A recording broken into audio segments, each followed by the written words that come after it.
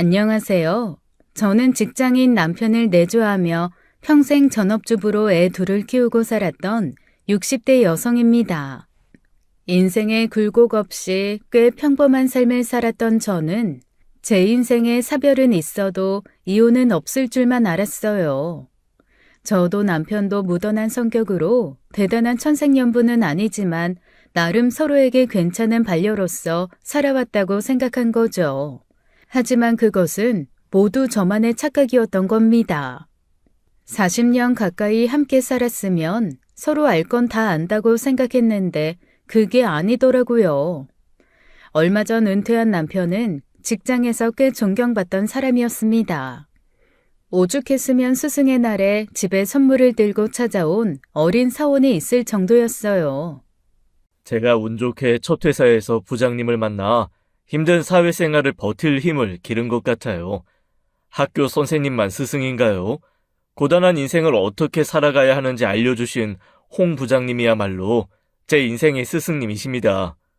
아유, 너무 띄워주지 마. 다 윤 과장이 잘해서 그런 건데 그 공을 왜 나한테 돌리나.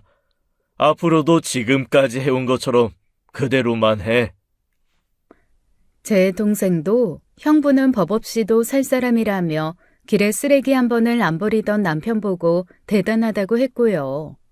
아내로서 아버지로서는 꽉 막혔다 싶을 만큼 답답한 구석도 있는 사람이지만 어버이날이면 제 아들에게도 꼬박꼬박 존경한다는 말을 듣던 사람이니 제 남편 인품이 어땠는지 짐작하실 거예요.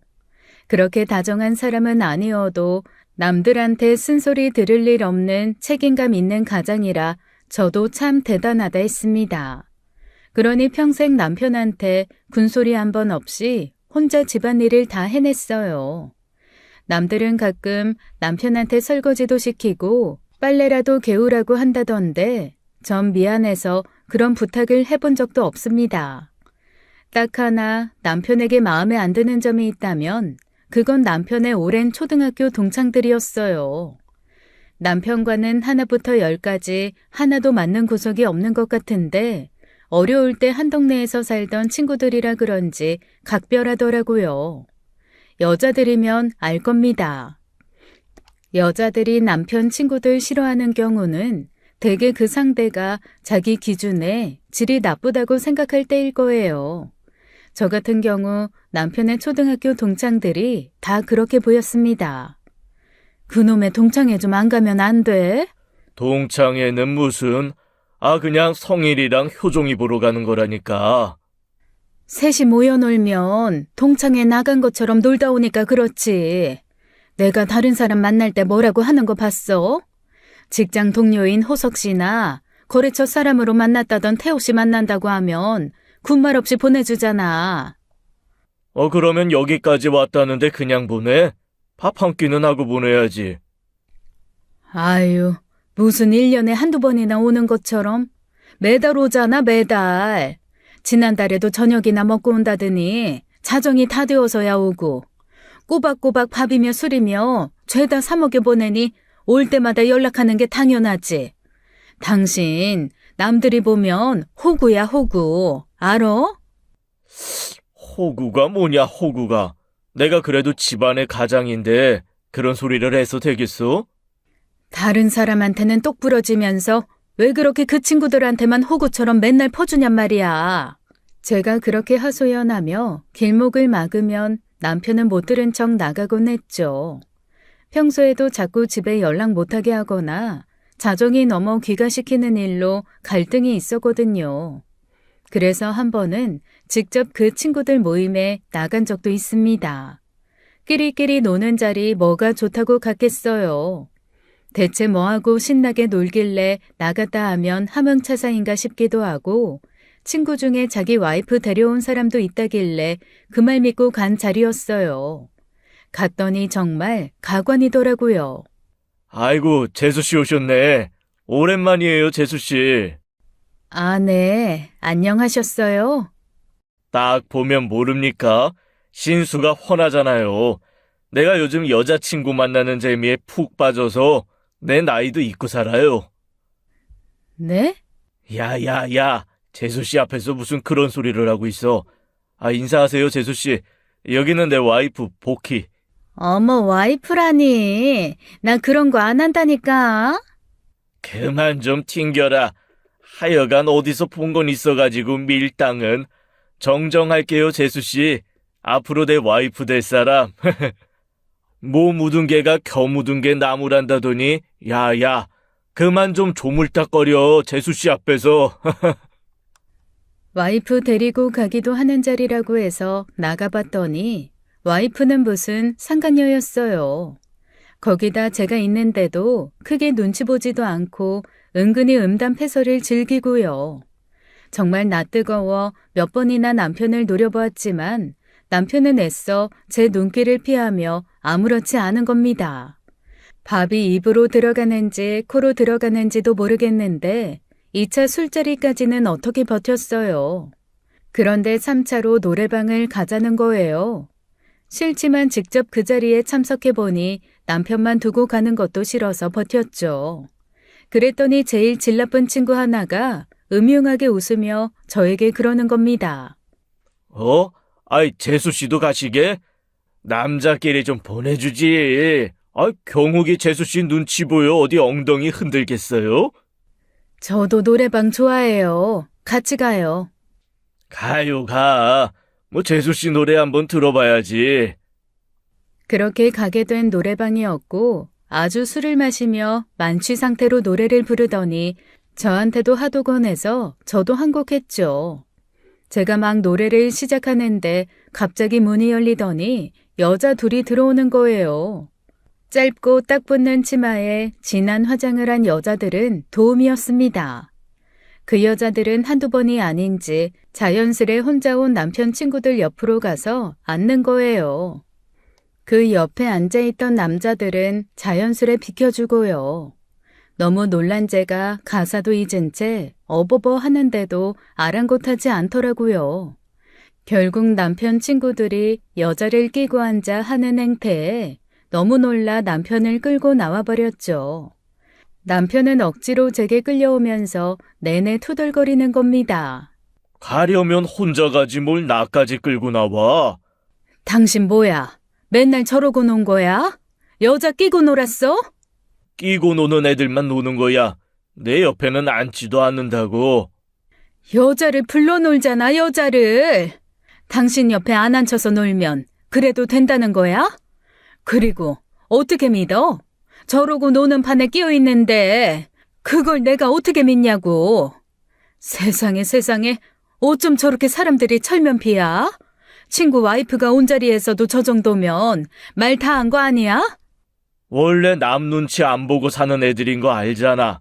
새삼스럽게 왜 그래? 이혼한 경수 씨는 그렇다고 쳐. 원래 추잡스러운 인간인 줄 알았으니까. 근데 원호 씨는 뭐야? 이혼한 것도 아닌데 저러고 논단 말이야? 아유, 그냥 좀 넘어가라. 내가 저러고 노는 것도 아닌데. 당신이 저러고 노는지 안 노는지 어떻게 하냐고. 끼리끼리 유유상종이라잖아. 그날 밖에서도 돌아오는 차 안에서도 그리고 집안에서까지 대판 싸웠습니다. 아무리 남편이 올곧은 사람이어도 금묵자흑이라고 주변에 저런 사람이 있으면 물들게 된다는 게 제 생각이에요. 남편은 자기만 정직하게 놀면 그만이다. 자기는 별명이 청렴결백 홍정승인 거 모르냐 억울하다는 입장이었고요. 그 일로 초등학교 동창회를 금지해서 절대 못 나가게 했는데 친구 만나러 간다고 나가버리면 제가 알 길이 있나요. 그렇다고 어린애들 대하듯 외출 금지를 하기도 못한 노릇이고요. 그래도 평소 남편 행실을 보고 그냥 참아줬던 건데 기어이 몰래 나가 일을 치고 온 겁니다. 전 직장 동료를 만나고 오겠다던 남편이 거나하게 취해 집에 오자마자 쓰러지듯 눕더라고요. 씻고 놓으라고 씻고. 아유, 술 냄새. 대체 얼마나 마신 거야? 호석 씨 그렇게 마시는 사람도 아니라던데, 응? 잠깐만, 이게 뭐야? 쓰러지듯 반쯤 잠이 든 남편을 억지로 일으켜 세우려던 저는 남편의 옷깃에 립스틱 자국을 본 겁니다. 입술 모양만 있다고 립스틱 자국인가요? 여자들은 보면 다 알잖아요. 영락없이 여자 입술에 붙은 색깔이었고 옷에서 화장품 냄새도 났죠.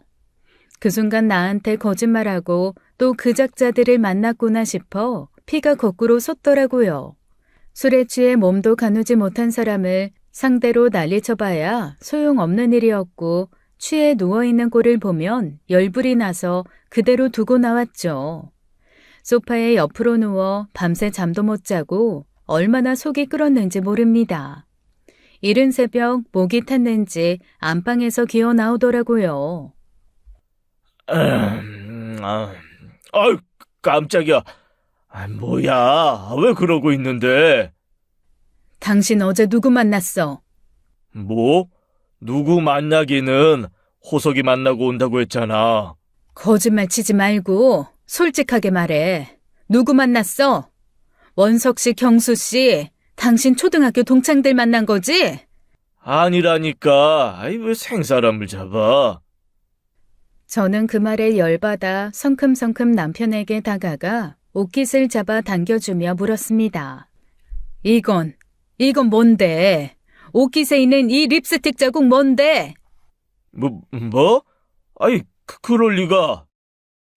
당황한 남편은 목이 늘어나는 것도 아랑곳하지 않고 연신 옷깃을 잡아당기며 확인하더라고요. 제가 없는 소리라도 지어서 한다는 듯이 절대 들킬 일 없는 일을 들킨 사람처럼 말이에요. 자기 눈으로 붉은 얼룩을 발견하자 당황한 듯 저를 바라보는데 술이 다 깬 얼굴이더라고요. 제가 기가 막혀 쳐다만 보고 있으니 새빨개진 얼굴로 변명하는 겁니다. 난 진짜 결백해. 내가 어디 여자 끼고 놀 사람이야? 술에 취해 몰랐어. 경수 그게 장난친 거겠지. 만나긴 만났다는 거네, 그 작자들을. 당신이 하도 못 만나게 하니 그렇지. 그냥 친구 만나 놀고 오겠다는 것도 못하게 하는데 사람이 숨이 안 막혀? 그냥 친구? 그냥 친구? 지금 그 꼴로 들어와서도 그런 말이 나와? 진짜 아니라고. 진짜 미치겠네. 그냥은 못 넘어가. 나 이번엔 절대 그냥 못 넘어간다고. 뭐야, 어디 가는데? 이 새벽에 어딜? 수환이네 집으로 갈 거야. 미쳤어? 이 시간에 수환이 집에 가면 수환이가 뭐라고 생각하겠어? 당신 뭐라고 할 건데? 뭐라고 하긴. 네 아빠가 여자들 끼고 노는 노래방 가서 뭔 짓을 했는지 옷깃에 여자 립스틱 묻히고 와서 열받아서 왔다고 그래야지. 여보, 일단 좀 진정해. 이야기를 좀 하자고. 아니라니까. 나 진짜 억울해. 어제는 술이 좀 과하긴 했는데 나 그런 걸로 실수 안 하는 사람인 거 몰라? 나 자그마치 당신이랑 산 세월이 37년이야. 나 몰라? 내가 그동안 여자 문제로 당신 속 썩인 적 있어? 37년 무사고라고. 앞으로도 사고 안 난다는 보장이 있어? 진짜 아니라니까 그러네. 지금 수환이한테 가면 아들 며느리 뭐라고 생각하겠어? 당신 지금 이러는 거 경솔한 행동이야. 알아? 경솔은 무슨? 평소에 존경한 아들한테 경멸살 생각하니 쪽팔리긴 하지? 아이고 진짜. 당신 속이고 애들 만나러 간 건 미안해. 내가 그건 인정할게. 근데 진짜 여자 끼고 논 거 아니야. 경수가 또 여자를 부르긴 했는데 나는 근처에도 안 갔다고. 경수 이게 내가 선비짓 한다고 마음에 안 들어 꾸민 일이 분명해. 바로 연락해 증명할 수도 있어. 정우한테 연락해 볼까? 남편은 억울함을 호소하며 저를 붙들더라고요. 그중엔 정말 그나마 나은 친구에게 그 새벽에 전화했고요. 정우야. 미안한데 지금 나 와이프 바꿔줄게. 해명 좀 해주라. 너 알잖아. 나 너희랑 놀아도 여자 끼고 노는 사람 아닌 거. 자, 받아봐. 네, 정호 씨. 이른 아침부터 미안하네요. 재수씨. 무슨 일인지는 모르겠지만, 경욱이 아니에요. 아시잖아요. 경욱이 정승, 선비라고 놀림받는 거. 해도 경수 그게 무슨 짓을 했겠죠. 그러니까 경욱이 너무 뭐라고 하지 마세요. 앞으로는 만나더라도 제가 경수 그거 단속 잘할게요. 미덥진 않았지만 이미 벌어진 일이었고 남편도 남편 친구도 사과하는 통에 저만 할 말이 없어진 겁니다. 그날의 진실은 아직도 몰라요. 하지만 그 뒤에 벌어질 일련의 사건들을 보면 그날도 남편이 거짓말을 한 것이라는 생각밖엔 들지 않죠. 그 일은 앞으로 벌어질 일에 비하면 세 발의 피, 정말 아무것도 아닌 일이었습니다. 남편은 변화를 싫어하는 사람이었어요. 옛날 것이나 쓰던 것을 고집해서 주변 사람들을 답답하게 하곤 했죠. 그래서 아무리 좋은 가전이 나와도 수명이 닿을 때까지 쓰는 게 기본이라 어떻게 보면 절약 정신이 투철하긴 했어요. 하지만 주부인 저로선 20, 30년씩 쓰던 오래된 가전이 시원찮아지면 바꾸고 싶어지잖아요. 요즘 세탁기며 냉장고 좋은 게 얼마나 많이 나오나요? 나이 들다 보니 더 힘에 붙여서 식기세척기나 건조기 같은 가전도 사고 싶은데 남편이 허락이 없어 쉽지 않았죠. 아들은 큰마음 먹고 식기세척기를 사주겠다고 하는데도 싫다는 게 남편이었어요. 그냥 설거지만 하면 되는 걸 뭐하러 돈을 써? 나이 들어 그래, 나이 들어서. 당신은 은퇴라도 했지. 나는 은퇴도 없이 계속 집안일 하잖아. 그럼 좀 거들어 주든가. 아이 두 식구 설거지하는 거 그게 뭐 얼마나 힘들다고. 아들 돈 아깝지도 않아? 며느리 보기 창피하지 않고. 그러면 우리가 사면 되잖아. 거들어 주지도 않고 사주지도 않으면 나 혼자 그냥 계속 고생하라는 거야? 허이 충분히 두 손으로 할 수 있는 일인데 왜 쓸데없이 돈을 쓰냐는 거야. 내가 당신한테 돈 쓰기 싫어 그래? 쓸데없는 데 쓰니까 싫다지. 차라리 그 돈으로 친구들이랑 어디 여행이나 갔다 오든지. 여행 한 번으로 사라질 돈, 죽을 때까지 평생 쓸 가전 사겠다는데 왜 그래? 남편은 돈이 아까운 게 아니라 자기 생각에 쓸데없다고 생각하면 굽히지 않는 고집이 있었어요. 그건 남편을 존경한다던 자식들도 답답해하는 부분이었습니다. 오죽했으면 아들이 사주겠다고 나섰을까요? 집에 청소기가 무선 청소기로 바꾼 지 얼마 안 됐어요. 15년 전에 산 먼지통 달린 청소기 쓰고 다니는 걸 보고 딸이 말도 없이 무선 청소기를 사다 놓고 쓰던 청소기는 가져가 버린 겁니다. 그렇게라도 하지 않으면 뭐 하나 바꿀 수가 없었어요. 물론 남편의 그런 절약 정신 덕분에 애들 학자금 대출 하나 없이 대학까지 보낸 거지만요. 남편이 벌어온 돈이고 은퇴 후 나오는 돈도 퇴직연금이니 남편 허락 없이 허투루 쓰지 못합니다. 그런데 남편도 제 허락 없이 큰 돈을 쓰지도 않아요. 그러니 제가 그럴 때마다 할 말이 없는 거죠. 식기세척기도 결국 아들이 억지로 사와서 환불 불가라고 못 박으면서 들여놓게 된 거예요. 그런 남편이다 보니 자기 핸드폰도 굉장히 오래 썼거든요.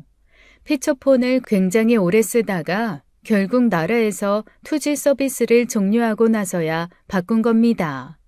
그래도 스마트폰 쓰기 싫다고 해서 스마트폰 폴더폰으로 바꿔서 썼었어요.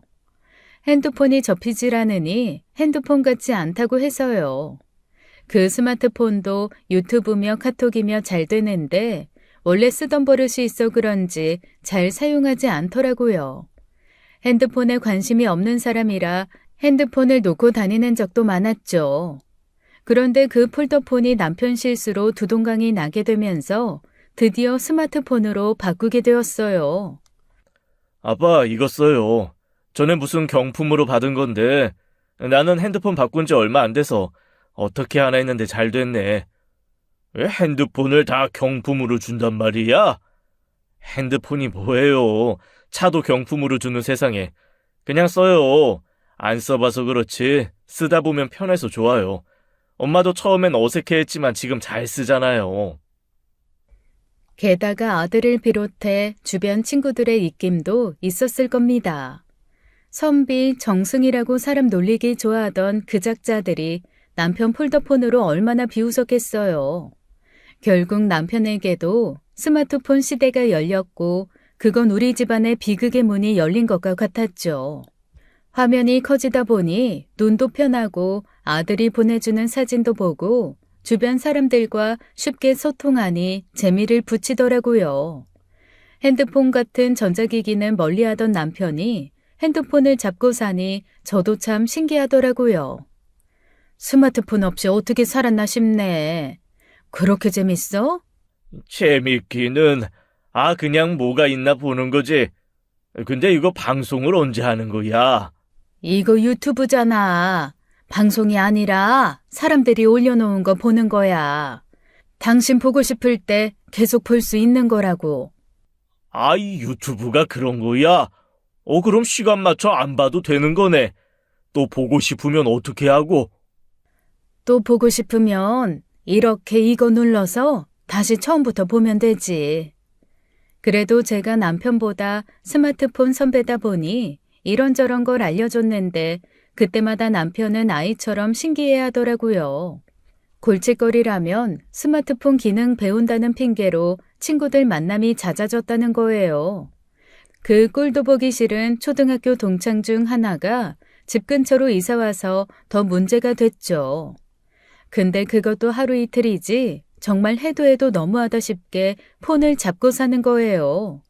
안 그래도 은퇴 후 할 일 없이 집에서 그냥 시간을 때우는 일이 많은데 종일 카톡, 유튜브만 하는 겁니다. 카톡은 귀찮고 번거로운 일이라면서 하지도 않더니 말이에요. 스마트폰 때문에 그 친구들과의 만남만 잦아진 게 아니라 연락도 잦아진 게 큰일이었죠. 처음에야 배운답시고 학생으로 돌아간 듯 이런저런 기능을 살펴보는 얼굴이 신기했는데 나중엔 허구한 날 친구들이랑 실실거리며 웃는 꼴이 정말 보기 싫더라고요. 적당히 좀 해. 너무 달고 사는 거 아니야? 스마트폰 필요 없다는 사람 많냐고. 내가 뭘 얼마나 했다고 난리야. 그럼 하던 이야기를 멈춰. 매일 이야기하면서 무슨 그렇게 할 말이 많어? 다들 그렇게 시간이 많대? 자기 여자친구들이나 끼고 놀지 남자끼리 뭐가 그렇게 할 말이 많어?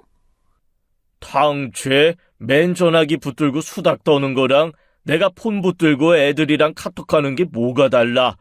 나한테 신경 쓸 시간 있음 가서 당신 수다 친구들 붙들고 수다나 떨던가. 별것도 아닌 거 가지고 시비야 시비는. 그렇게 스마트폰에 푹 빠진 남편이 그걸로 무슨 짓을 할지 그땐 어떻게 알았겠냐고요. 특별한 약속이 없을 때면 10시에 꼬박꼬박 잠자리에 들던 사람이 밤낮을 모르는 겁니다. 그러던 어느 날이었어요. 아들 내외가 왔다 갔는데 남편이 자기 핸드폰으로 손주 사진을 찍었거든요. 아들이 그 사진 좀 전송해달라는데 반주한 남편이 골아 떨어진 겁니다. 그래서 뭐 문제가 있겠나 싶어 아들한테 사진 전송을 하려고 남편 핸드폰에 처음으로 손을 대게 된 거예요. 핸드폰 비밀번호까지 야무지게 설정해놨지만 늘 쓰던 통장 비밀번호와 같아 쉽게 풀렸죠. 생각 같아선 대체 그 작자들이랑 무슨 이야기를 하나 보고 싶었는데 모르는 게 약일 때가 많잖아요.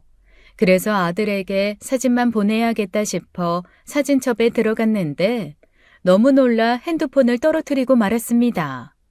남편의 핸드폰 사진첩에는 손주 사진뿐만 아니라 헐벗은 여자들의 외설스러운 사진이 가득했던 거예요. 손주 사진과 그 발칙한 사진을 한데 모아놓고 보니 뒷목이 다 저리더라고요. 이미 알게 된 거 덜덜 떨리는 손으로 남편 카톡방까지 들여다봤는데 정말 기가 막혀 말이 안 나오는 겁니다. 남편 사진첩에 저장된 사진 중 상당수가 그 친구들이 보낸 사진들인 거예요. 나머지는 어디서 얻어다 저장했는지 모르겠지만 그것들 하는 이야기는 어찌나 더럽고 추잡스럽던지 사진이 싹 잊히더라고요. 야, 근데 내가 말한 그 헬스장 있잖아. 거기 물 죽인다. 요즘 젊은 애들 몸에 쫙 붙는 거 있고 아주 눈 호강이야. 이 새끼 이거 하라는 운동은 안 하고 아이, 몸이나 풀어, 임마.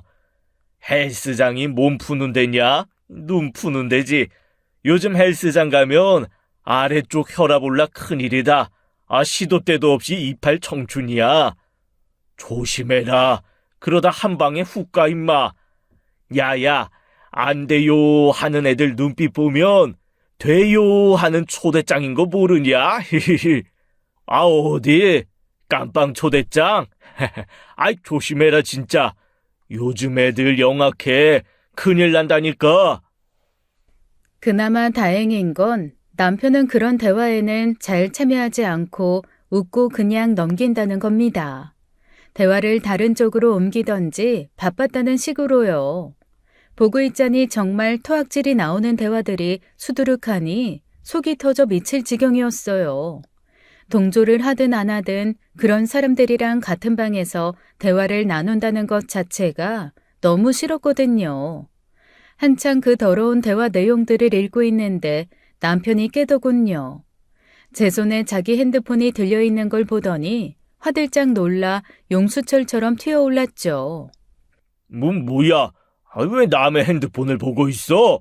수환이가 석형이 사진 좀 보내달래서 봤어. 그럼 나를 깨우지. 왜 마음대로 뒤지느냐고. 왜? 내가 보면 안 될 거라도 있나 보지? 있기는? 그럼 그 사진첩에 있는 것들은 뭔데? 무슨 사진? 헐벗고 있는 여자 사진들 말이야. 망측해라 망측해. 손주도 있는 사람이 그러고 싶어? 무슨 여자 사진? 당황한 남편은 그제야 사진첩을 확인하더라고요. 그러면서 새빨개진 얼굴로 허둥대는 겁니다. 이게 왜 여기 있어? 당신 핸드폰에 있는 사진을 당신이 알지 내가 알아? 내가 저장한 거 아니야. 당신 그 잘난 초등학교 단톡방에 있던 사진이더만 뭘. 당신 그것도 봤어? 이거 엄연한 사생활 침해야. 부부끼리라도 볼 것이 있고 보면 안 될 것이 있는 거라고. 하도 추잡스러운 사진이 깔려있기에 어디서 왔나 싶어서 봤다 왜? 그럼 그렇지. 역시 나지. 더럽다 더러워. 당신 친구들 하나같이 어쩜 그렇게 추잡스럽게 노니? 아이씨, 이건 내가 저장한 거 아니야. 카톡 기능을 몰라서 그런 거지. 내가 저장한 거 아니라고. 퍽이나. 나는 그 더러운 시정잡배 같은 들쥐 속에 당신만 고고한 학인 줄 알았는데 당신은 그냥 겁쟁이 들쥐였던 거야. 어떻게 고고한 학이 들쥐 무리에 있겠어? 아유, 진짜 아니라니까. 지나가는 사람들 다 붙들고 물어봐. 그게 아니라고 한다고 믿기는 일인지. 잘난 당신 아들한테나 물어보든지. 저는 남편이 쩔쩔매며 핸드폰을 붙들고 있는 꼴이 보기 싫어 안방 문을 닫고 들어와 버렸습니다. 주변 사람들한테 존경받던 사람이 그런 꼴을 보이니 어찌나 당황스럽던지요. 다른 사람은 몰라도 제 남편이 그렇게 추하게 늙어갈 줄은 몰랐죠.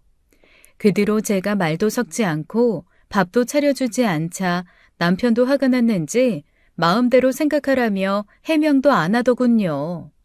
먹긴 놈이 성낸다더니 뭐가 잘났다고 그러나 싶어 기가 막히더라고요. 그렇게 며칠을 대면대면 지냈을 겁니다. 그 후로도 남편 손에서 핸드폰이 떠나간 적이 없어요. 한번 의심의 고삐가 풀리자 남편이 핸드폰을 하고 있는 것만 봐도 신경질이 팍 나더라고요. 지금 이 순간 저 핸드폰에는 얼마나 더럽고 추잡한 대화들이 오고 갈까, 남편은 또 그 사이에서 뭐라고 대꾸하고 있을까 싶어서요. 그래서 한 번은 남편이 잠든 사이 몰래 핸드폰을 열어보았는데 그 사이에 비밀번호를 바꿨더라고요. 비밀번호는 왜 바꿨는데? 왜 남의 핸드폰을 뒤지려고 하는 건데? 떳떳한 게 있는데 왜 비밀번호를 해놓느냐고. 나 봐봐. 당장 누구한테라도 보여줄 수 있어. 수환이 주경이 난 자식들한테도 떳떳하다고. 누가 당신 안 떳떳하대? 비밀번호를 하든가 말든가 내 마음인데 왜 12년 말이야? 괜히 생사람 잡고 있어. 그럼 보여줘봐. 그것들이랑 무슨 이야기를 하는지 당장 보여주라고. 뭐, 그것들? 아이, 그것들! 뭐 그럼 그놈들이라고 해줘? 그놈들? 스마트폰 하나가 우리 부부관계를 그런 식으로 만들 줄 알았더라면 절대 스마트폰을 사게 하진 않았을 겁니다. 그 후로 남편과 사소한 일로 다투는 일이 많아졌어요. 속이 문드러지는데 남 부끄러워 하소연할 곳이라곤 여동생밖에 없었습니다.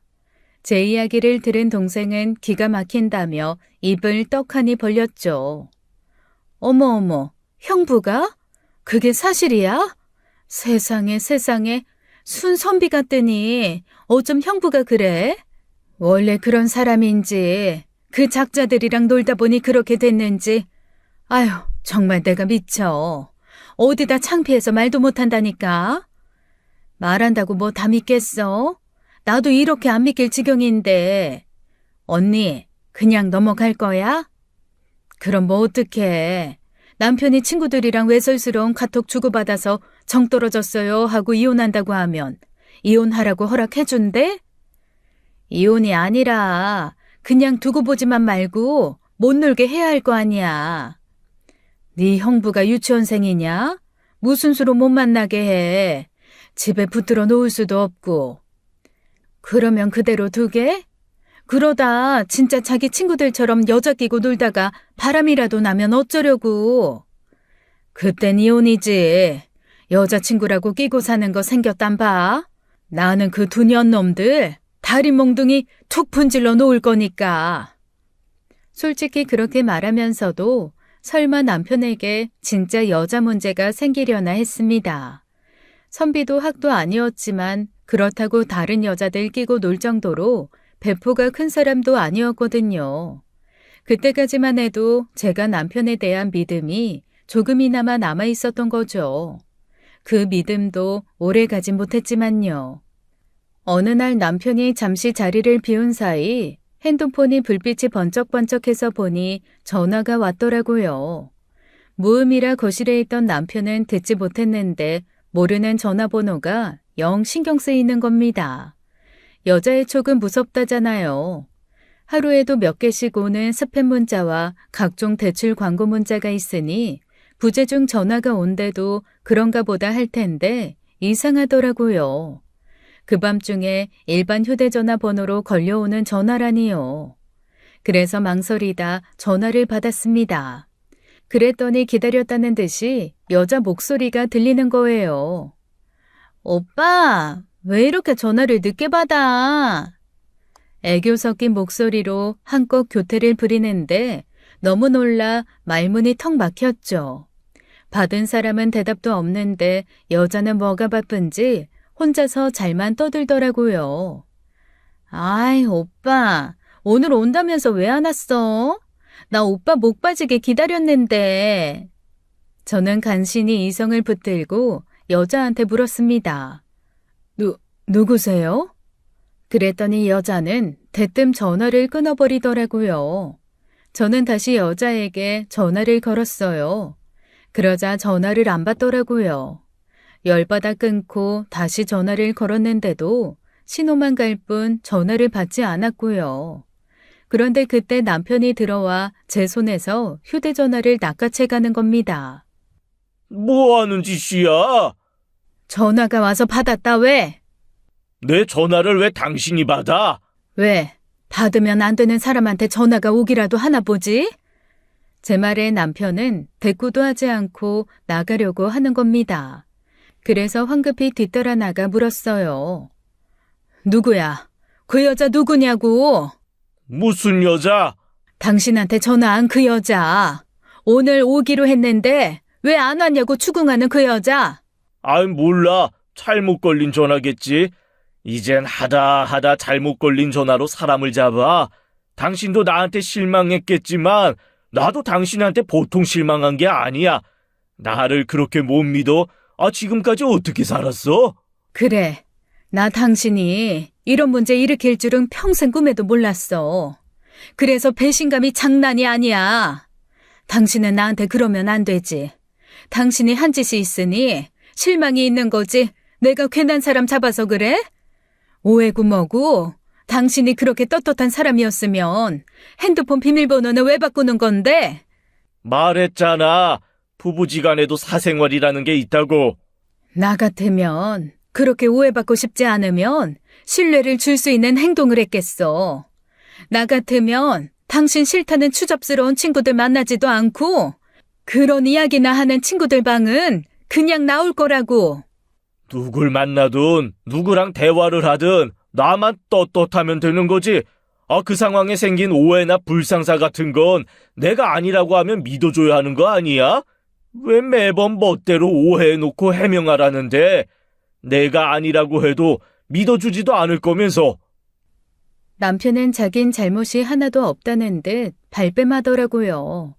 누가 보면 정말 억울해 미칠 것 같은 사람이었죠. 제가 잘못한 건가 싶을 정도로 헷갈리게 해요. 그때였습니다. 다시 전화가 울린 거예요. 소리는 안 들렸지만 화면 불빛이 번쩍번쩍 하는 걸 보고 알게 됐죠. 하지만 남편은 화면을 흘끔 보더니 받지 않더군요. 왜 안 받아? 모르는 번호를 뭐하러 받아? 아까 전화한 여자일지도 모르잖아. 받아서 아니면 아니다. 그렇게 말해. 신경 꺼. 그렇게 떳떳한 사람이면 내 앞에서 전화 받아서 아니라고 할 수 있는 거 아니야? 그거 좀 신경 끄라니까. 세상 억울한 사람처럼 굴더니 정작 전화는 받지 않는 겁니다. 화가 나서 그 전화를 빼앗으려다가 가벼운 몸싸움도 있었어요. 그러더니 남편이 대뜸 전화를 받아서 그러는 거예요.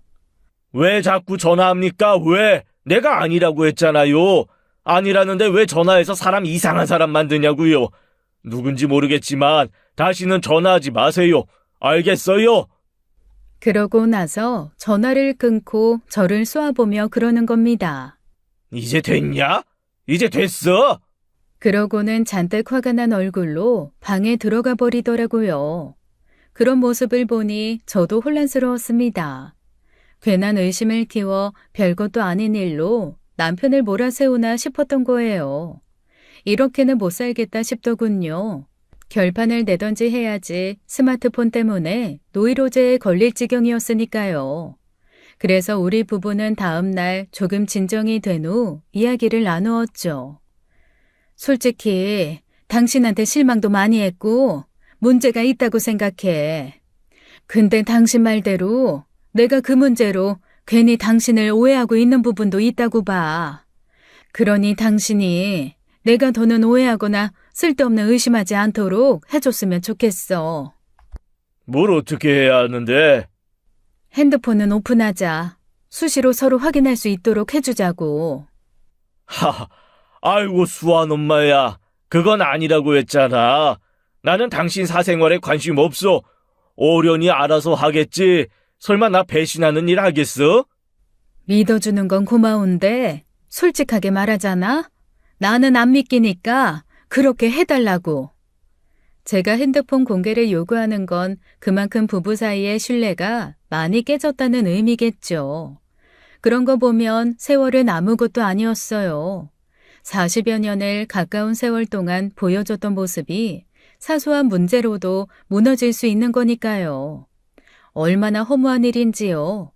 제 입장에서도 억울하다던 남편 입장에서도 환장할 노릇이었을 겁니다. 남편은 마른 세수를 하고 뒷머리를 벅벅 긁으면서 한숨을 쉬었죠. 그러다 결국 그렇게 하자더라고요. 대신 애들이랑 하는 대화는 그냥 그러려니 넘겨. 원래 그런 녀석들인 거 알잖아. 지난번 사진은 내가 실수라고 했고. 대체 왜 그 작자들을 놓지를 못해? 당신 인생에 도움이라고 눈꽃만큼도 안 되는 사람들인데 뭐가 좋다고 그 사람들을 붙들고 사느냐 말이야. 어릴 적 친구야. 당신은 연락하고 사는 어릴 적 친구가 없음 모르겠지만 내 인생을 전부 알고 있는 내 친구들, 내 유년 시절을 기억하고 있는 내 친구들이라고. 그런 놈들이 될 줄은 몰랐지만 그 놈들 만나고 있으면 그냥 마음이 편해. 뭔 짓을 해도 될 것 같은 그런 안정감이 있다고. 남편은 답답함을 호소하며 그렇게 이야기했고 저희 대화는 그렇게 마무리가 되었습니다. 앞으로 비밀번호를 해제하고 언제든 제가 핸드폰을 확인할 수 있도록 허락해 준 것이죠. 끝까지 그 원수 같은 초등학교 친구들과 연락을 끊겠다는 말은 하지 않으니 여전히 속이 터질 일이었지만요. 어쨌든 제가 언제고 확인할 수 있게 되었으니 스마트폰도 자중할 거라고 생각했어요. 앞으로 저희 부부 앞에 상상도 할 수 없을 만큼 엄청나게 무시무시한 일이 벌어질 거라는 건 꿈에도 모르고 말입니다. 그렇게 한동안은 잠잠했어요. 휴대전화를 봐도 낯선 여자와 연락하는 흔적은 없었고 카톡도 깨끗한 편이었습니다. 물론 그 친구들이 있는 한 깨끗하다고 할 수는 없었죠. 하도 더러운 대화만 해대서 그냥 남편 반응이나 대충 보고 넘겼어요. 그래서 저도 좀 느슨해졌던 것 같습니다. 사람을, 그것도 함께 사는 남편을 끊임없이 의심하고 확인한다는 것 자체가 힘든 일이잖아요. 어느 정도 신뢰가 쌓였다고 해야 할지 신경을 좀 덜 쓰게 되던 어느 날이었습니다. 여동생에게 전화가 와서 통화 중이었어요. 언니, 요즘 형부는 어때? 별일 없어? 요즘은 좀 잠잠해. 그 원수 같은 작자들 만나는 것 같지도 않고. 모를 일이지만 그래도 조심하는 것 같아. 그래야지. 안 그럼 나 언니한테 이혼하라고 하려고 했어. 이 나이에 이혼이 쉬워? 애들 다 키워 시집장가 보냈다고 쉬운 일은 아니더라.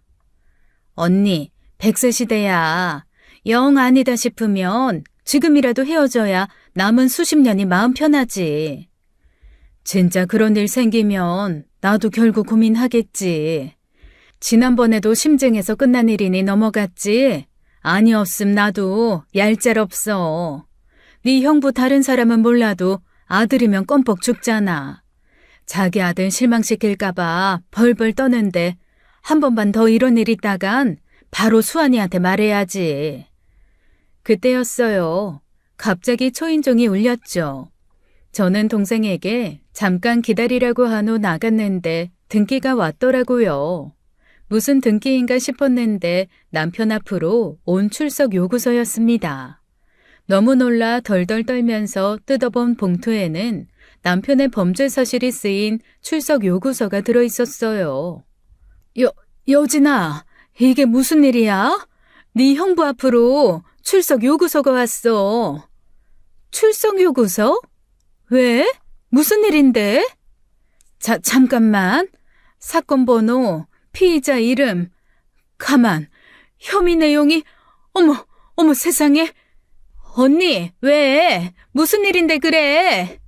네 형부가 여자를 강제로 취했다는데? 뭐라고? 형부가? 그야말로 눈앞이 아찔해지더군요. 그건 어떤 여자가 남편에게 강제로 당했다는 고소장을 접수했으니 조사받으러 나오라는 출석 요구서였습니다. 그러니까 남편이 여자를 상대로 한 성범죄를 저질렀다는 의미였어요. 너무 기가 막혀 여동생과의 전화도 서둘러 끊고 담당 경찰서에 연락을 취했죠. 하지만 본인이 아니라는 이유로 제대로 이야기해주지 않았고 다만 해당 날짜까지 반드시 출석해야 한다고 확인시켜 주었어요. 이번 일이야말로 그냥 넘어갈 일이 아니다. 나 혼자서 해결하고 감당할 수 있는 일이 아니다 싶더라고요. 그래서 바로 아들에게 연락한 겁니다. 엄마. 나 지금 회사인데 갑자기 왜? 수아나, 일을 어쩌면 좋냐. 아빠가 고소장을 받은 것 같아.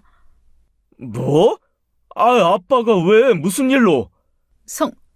성범죄래. 뭐라고? 그게 무슨 말도 안 되는 소리야. 가만히 있어봐. 뭔데? 어떻게 알았는데? 아빠가 그래? 아니, 집으로 등기가 왔어. 출석 요구서래. 말도 안 돼. 알았어, 엄마. 그거 좀 찍어서 나 보내줘. 아빠는 어디 있는데? 몰라. 일 있다고 나갔는데 나 무서워서 연락도 못했다. 어떻게 하면 좋아, 어? 엄마, 일단 진정하고 내가 아빠한테 연락해 볼게. 아이, 괜히 주경이한테는 말하지 마. 임신 중에 놀라는데. 알았다. 한번 알아보고 엄마한테 연락해줘, 어? 아들도 놀랐는지 목소리가 다 떨리더군요. 그러고도 한참 있다가 연락이 오지 않았어요. 아들에게 연락이 오기도 전에 남편이 들어왔고 남편은 아들 연락을 받았는지 굳은 얼굴로 들어왔죠. 이게 무슨 소리야? 아이, 아무것도 아니니까 신경 쓰지 마. 아무것도 아니라니. 아무것도 아니라니. 그럼 없는 일로 출석 요구서가 온단 말이야? 아이, 진짜 내가 알아서 할 테니까 신경 쓰지 말라니까. 잘못된 거야. 무고라고. 가서 억울한 거 다 풀고 해결하고 올 테니까 당신은 신경 꺼. 어떻게 신경을 꺼? 대체 어떻게 된 일인지 자초지종을 이야기해야 할 거 아니야. 아, 변호사 사서 내가 해결해. 그러면 되는데 왜 당신한테까지 말을 해야 해? 그럼 여자가 괜히 고소했단 말이야? 당신은 한 짓이 없는데 괜히? 어떻게 된 일인지 알고 싶어 캐묻자 남편은 갑자기 식탁에 있던 컵을 가져다 벽에 던졌습니다. 순식간에 일이었어요. 눈이 돌았는지 씩씩대며 저를 쳐다보는데 그러다가 일나지 싶었습니다. 온몸이 사시나무 떨리듯 떨리더라고요. 남편은 저를 노려보며 당장이라도 주먹을 휘두를 듯 했어요. 그러다 안방문을 쾅 닫고 가버렸고 저는 도저히 함께 있을 수 없겠다 싶어 아들 집으로 갔어요. 며느리 보기도 민망하고 미안했지만 함께 있다간 저도 남편도 참을 수 없어 일이 날 것 같았거든요. 미안하다. 내가 갈 곳이 없었어. 어머니, 왜 그런 말씀을 하세요? 얼마나 놀라셨겠어요. 저도 애 아빠한테 듣고 심장이 벌렁벌렁한데. 수환 씨가 오면서 청심환 사온다고 했으니까 조금만 기다리세요.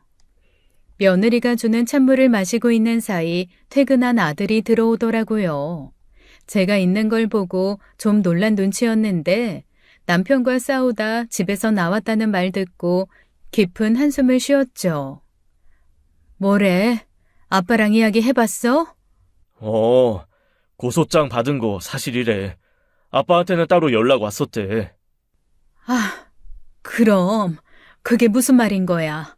아빠가 한 짓도 아닌데 받았다는 거야? 아빠가 해서 받았다는 거야? 그건 대답을 안 해. 아무래도 하긴 한 것 같은데. 뭐? 일단 출석날 내가 같이 가기로 했어.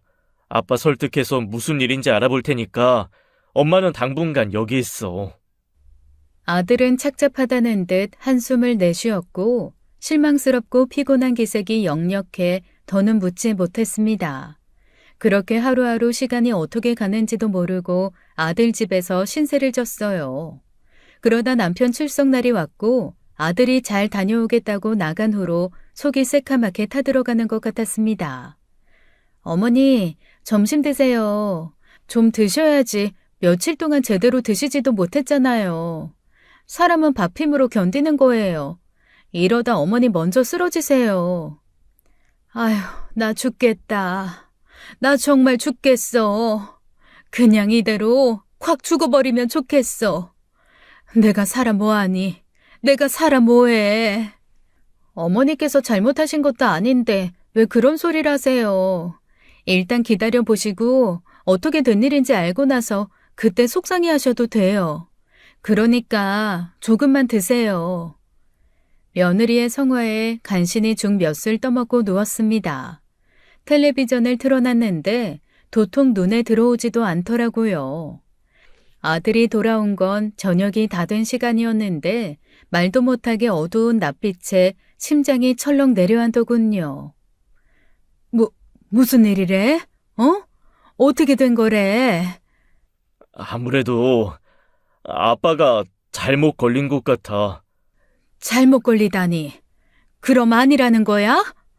그건 아닌데. 수아나, 엄마 속 타겠다. 좀 제대로 이야기 좀 해봐. 아빠가 어플로 여자를 만나고 다녔던 것 같아. 뭐 어플? 어머, 어플로? 아버님이? 어떡해? 아빠 말로는 친구가 알려줘서 해봤대. 그냥 외로워서 말 친구나 할까 싶어서 주고받다가 여자들이랑 연락을 좀 했다는데. 아니, 그게 무슨 말이야? 어플로 사람을 만나? 요즘은 스마트폰으로 별거 다 아는 시대잖아. 아들이 꺼낸 이야기는 정말 상상도 못했던 이야기였어요. 솔직하게 말하지 않으면 도와주기 어렵다는 아들의 성화에 남편의 진실이 열린 건데 아들은 제 입으로 말하기도 민망한지 말을 옮기다 말고 몇 번이나 주저하더라고요. 그러니까 남편은 그동안 스마트폰 만남 어플을 통해 여자들과 연락하고 있었던 겁니다. 셋을 만나 실제로 부적절한 만남을 가졌고 그중 하나와는 죽이 잘 맞았는지 몇 번을 만났던 모양이에요. 그런데 그 여자가 남편에게 큰돈을 해달랬고 그제야 정신 차린 남편이 일방적으로 연락을 끊어버린 것이었죠.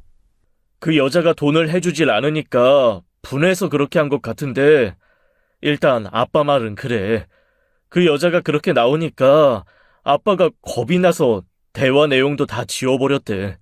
그래서 지금 당장은 무슨 일이 있었는지 확실히 알 수 없지만, 수사가 시작됐고 아빠 핸드폰도 제출했으니까 포렌식 하면 예전 대화들도 복구될 거야. 그렇게 해서라도 결백이 입증되면 아빠가 감옥 갈 일은 없을 테니까 너무 걱정하지 마. 하지만 아들도 이제 남편이 감옥에 가느냐 마느냐의 문제가 아니란 건 알았는지 그렇게 말하고 나서도 표정이 좋지 않았어요. 남편은 아들에게 자랑스러운 아빠였습니다. 그런 아빠가 성범죄로 고소장을 받고 경찰서에 출석하게 되었는데 그 속이 어떻겠어요. 제가 조금만 똑부러지고 똑똑했어도 아들 힘을 빌리지 않았을 텐데 싶어 괜히 저까지 미안해지더라고요. 그러니까 일단 당분간은 계속 여기 있어. 아빠랑 부딪힐 일 만들지 말고. 아빠도 엄마 보기 껄끄럽겠지. 알았다. 그럼 일단 수사가 진행되어 봐야 안다는 거잖아. 기다려 봐야지. 수사고 나발이고 나 이혼하련다. 엄마, 일단 좀 기다려 보자. 어쨌든 여자들 만나고 다녔다는 거잖아.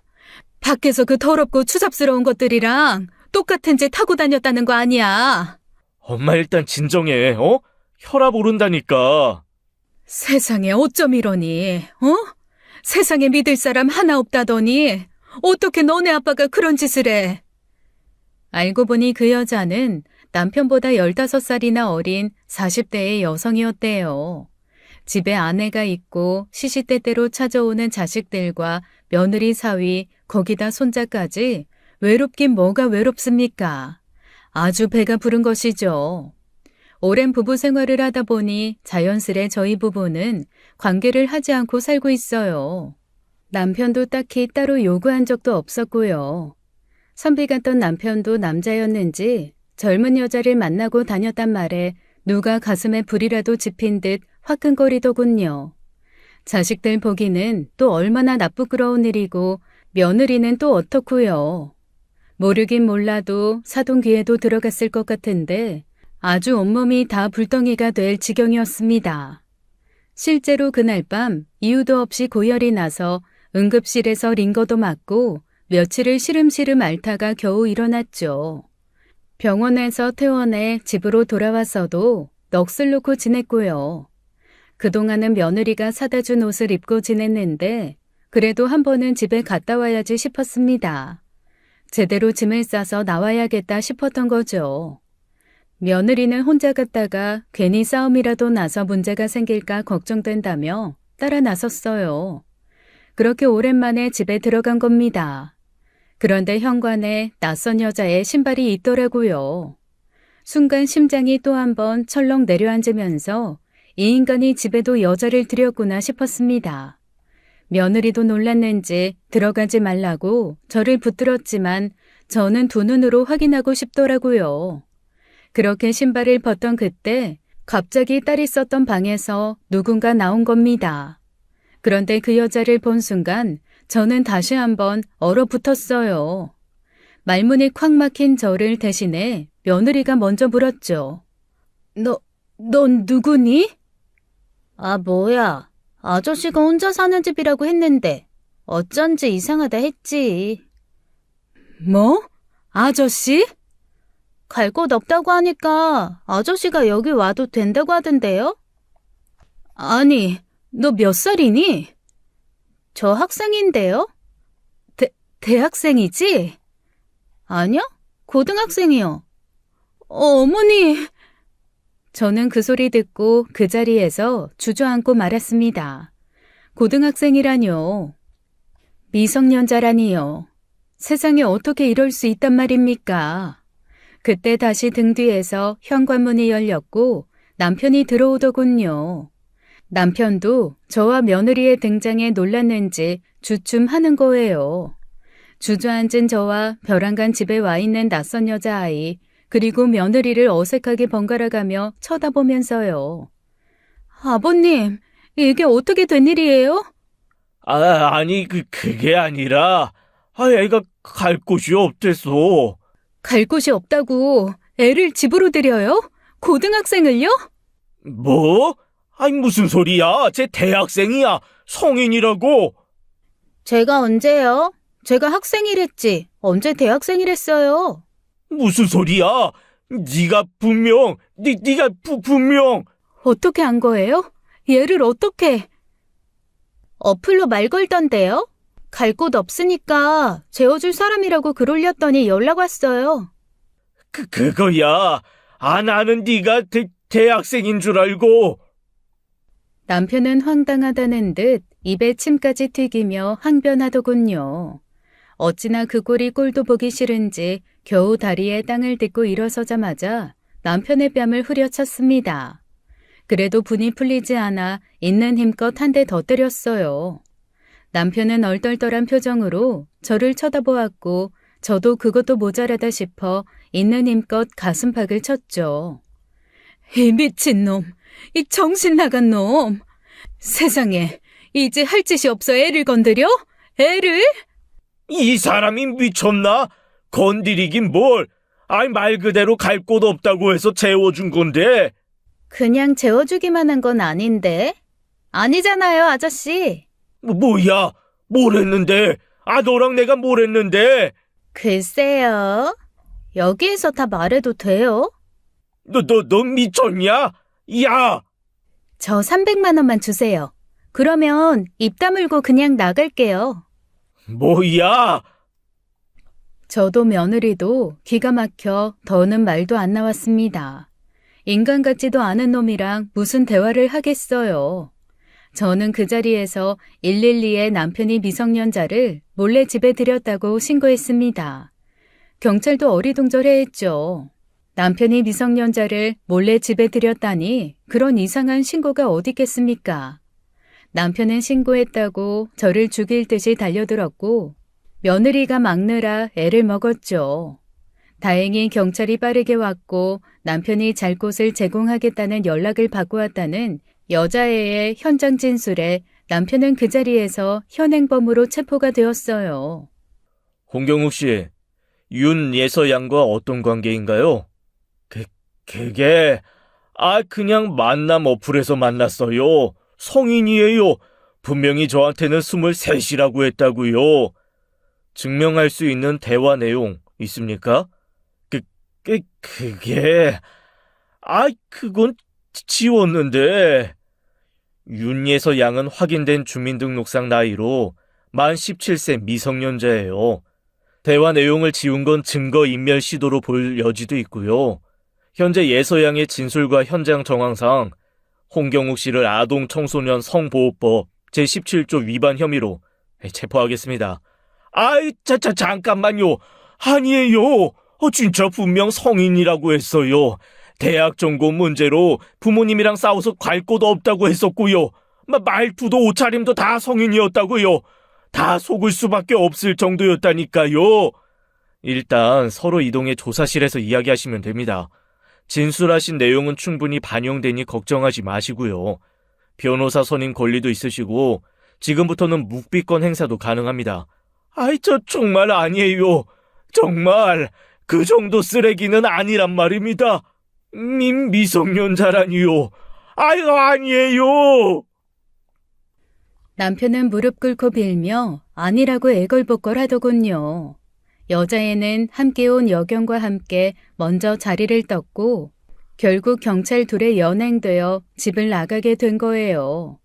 남편이 그렇게 눈앞에서 체포가 된 후 저는 기억이 없습니다. 며느리 말로는 그 자리에서 제가 졸도했다고 하더군요. 남편은 불구속 수사가 되었고 제가 정신을 차렸을 즈음 가벼운 수사를 끝내고 집으로 돌아갔다더라고요. 눈을 뜨자마자 저는 아들을 불러다 이혼 소송을 진행해 달라고 했습니다. 그랬더니 남편이 그냥 이혼 진행해 주겠다고 했대요. 아들 말로는 남편 상황이 말도 못하게 안 좋은 상황이었습니다. 40여 년을 함께 산 와이프와의 이혼은 아무것도 아닐 정도로요. 일단 성적 접촉이 없었다는 사실로 집행유예가 가능한 사안이었지만 문제는 이전에 남편이 성범죄로 고소당한 사실이 있다는 것이었습니다. 현재 진행 중인 그 사건이 이번 사건과 맞물려 실형을 피하기 어렵다는 거였어요. 아들은 그 일로 말도 못하게 괴로워했고 며느리 말로는 집으로 돌아와 통곡했다더라고요. 하루아침에 헬쓱해진 아들 얼굴을 보니 너무 마음이 아팠어요. 그래서 아들과 함께 이혼 서류를 들고 남편을 만나러 갔습니다. 그냥 아들 손에 줘도 될 일이지만 이 문제만큼은 제가 좀 단호히 하고 싶었어요. 남편은 수염도 깎지 않고 씻지도 않은 채로 페인이 다 든 얼굴로 거실에 앉아있더군요. 수환이한테서 당신 일 손 떼라고 할 거야. 엄마. 수환이 너, 네 아빠 일에 신경 쓰지 마라. 존경한다. 아빠 같은 아빠가 되고 싶다던 소리 듣던 네 아빠가 지금 얼마나 쪽팔리겠어. 아빠, 왜 그랬어? 대체 왜? 아들은 견디지 못하고 바닥에 엎드려 고통스럽게 흐느꼈습니다. 남편이 정신이 제대로 박혔으면 자기가 무슨 짓을 했는지 알겠죠. 먼 산을 보듯 아들은 바라보지도 못한 채 허공에 시선을 두고 있었거든요. 나라에서 주는 벌도 달게 받고 당신 그 행동의 대가로 가족이 주는 벌도 달게 받아. 앞으로 수환이 주경이 얼굴 볼 생각 하지 마. 양심이 있으면 바라지도 않겠지. 저의 단호한 목소리에 남편은 애써 고개를 떨구고 등을 돌리더라고요. 미안하다, 잘못했다 말도 없었어요. 소용없다고 생각했겠죠. 주변 사람들의 존경을 받던 남편이 어떻게 한순간에 그렇게 되어버렸는지 지금도 기가 막힙니다. 핸드폰을 수사기관에 제출했는데 어떻게 만났나 했더니 친구가 공기계를 줬다더라고요. 그 일로 고소까지 당한 마당에 그 사이에 또 만남 어플로 여자를 만날 생각을 했다니 그건 중독이고 병이었죠. 결국 남편은 실형을 선고받았고 현재 복역 중입니다. 그래도 아버지라고 착한 아들이 면회를 간 모양인데 안 만나겠다고 했다더라고요. 어쩌면 남편에게는 그게 가장 견디기 힘든 형벌일 겁니다. 아들에게 마지막으로 한 이야기도 출산을 앞둔 딸에게는 최대한 나중에 이야기해달라고 했으니까요. 자식이 그렇게 무서운 사람이 어떻게 그런 짓을 했는지 이래서 늦바람이 무섭다고 하는가 봅니다. 아직도 얼떨떨하고 그 일만 떠올리면 가슴에 불이 나서 잠을 못 자요. 그래도 어떻게든 이겨내보려 애쓰고 있습니다. 제게도 시간이 약이 될 날이 오겠죠.